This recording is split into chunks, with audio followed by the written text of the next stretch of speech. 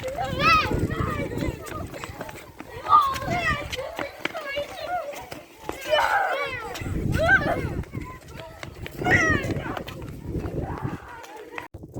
подарок не делаю,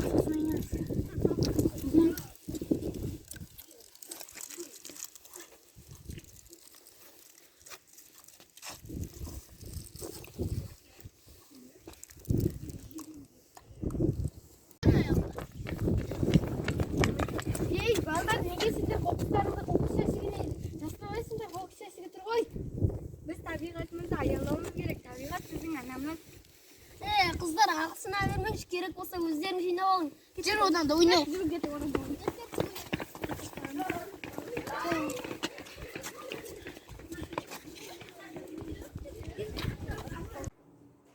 Саламатсыздар ма оқушылар? Саламатсыздар.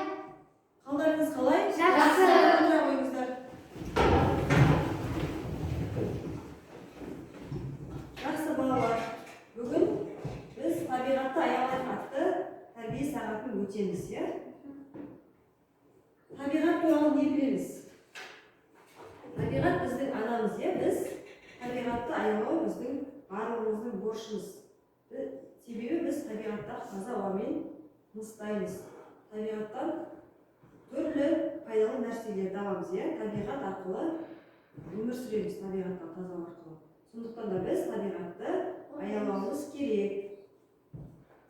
Қазір біз осы бүгінгі тақырыбымызға байланысты видео көріп аламыз, иә? Сол видеоны көріп алғаннан кейін видео жайында өз ойларыңызды айтып өтесіздер. Мұқият тыңдаңыздар. Давай, гоп!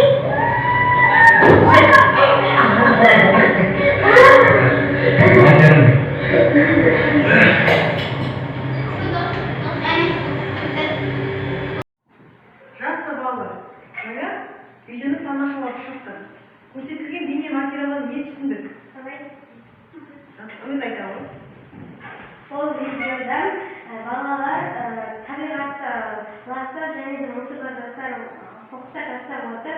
Сосын олар ата ақылын айтқанда, сосын балалар атаға өздеріңіздің мектептеріңіз деп айтты. Сосын ата жаңағы мусорларды тазалады және жаңағы балалар атадан кешірім сұрады.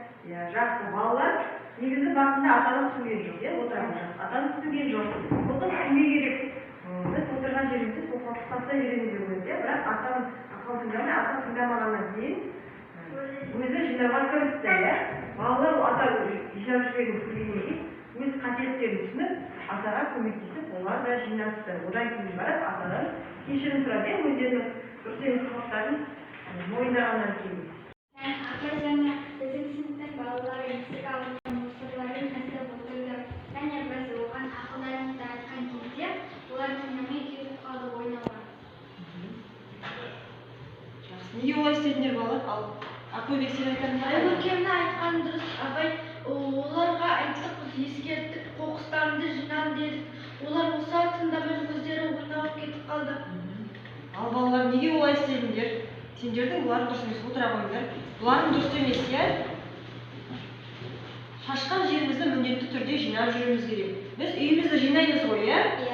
Үйімізді таза ұстаймыз, ата-анамызға көмектесеміз. Мектепке келгенде сыныбымызда дәл солай, иә? Өзіміздің оқып жатқан, білім алып жатқан сыныбымызды таза ұстаймыз, жинаймыз, отырған орын партамызды сызбаймыз, иә? Табиғатты дәл солай аялауымыз керек. Себебі бізге табиғатсыз, таза ауасыз өмір жоқ. Табиғат бізге бар байлығын береді. Біз ол табиғатқа керісінше сол үшін рахмет айтуымыз керек, алғысымызды білдіруіміз керек. Қалай рахмет айтамыз біз? Табиғатты таза ұстау арқылы, иә, ластамау арқылы. Жақсы балалар, енді сіздердің алдарыңызда мен түрлі түсті қағаздар таратып бердім, иә? Осы қағазға 5 саусақ арқылы қазір тапсырма орындаймыз. 5 саусағымызды саламыз қағазға. Одан кейін табиғатты аялайық, табиғат бізге не береді? Сол туралы жазып шығамыз. Маза қойыңдар.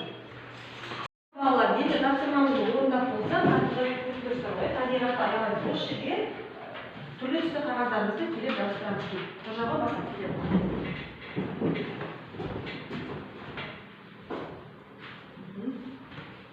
Ал сен не жаздың? Оқып бере ғой. Табиғат біздің анамыз деді. Табиғат бізге ауа береді, табиғатты қорғау керек. Ағаш өсіреміз, табиғат бізге бәрін береді деп ойлаймын. Жақсы, отыра ғой. Шерхан.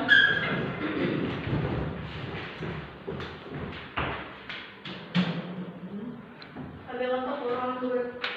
Табиғат біздің анамыз. Табиғат бізге ауа береді. Келесі аян шағын.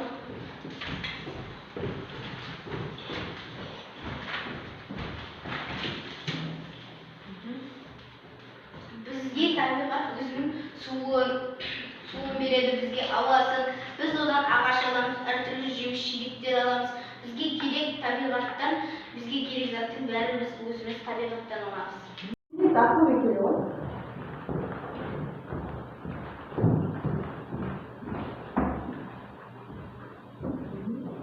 Табиғат бізге анамыз, бізге су береді, ауа береді.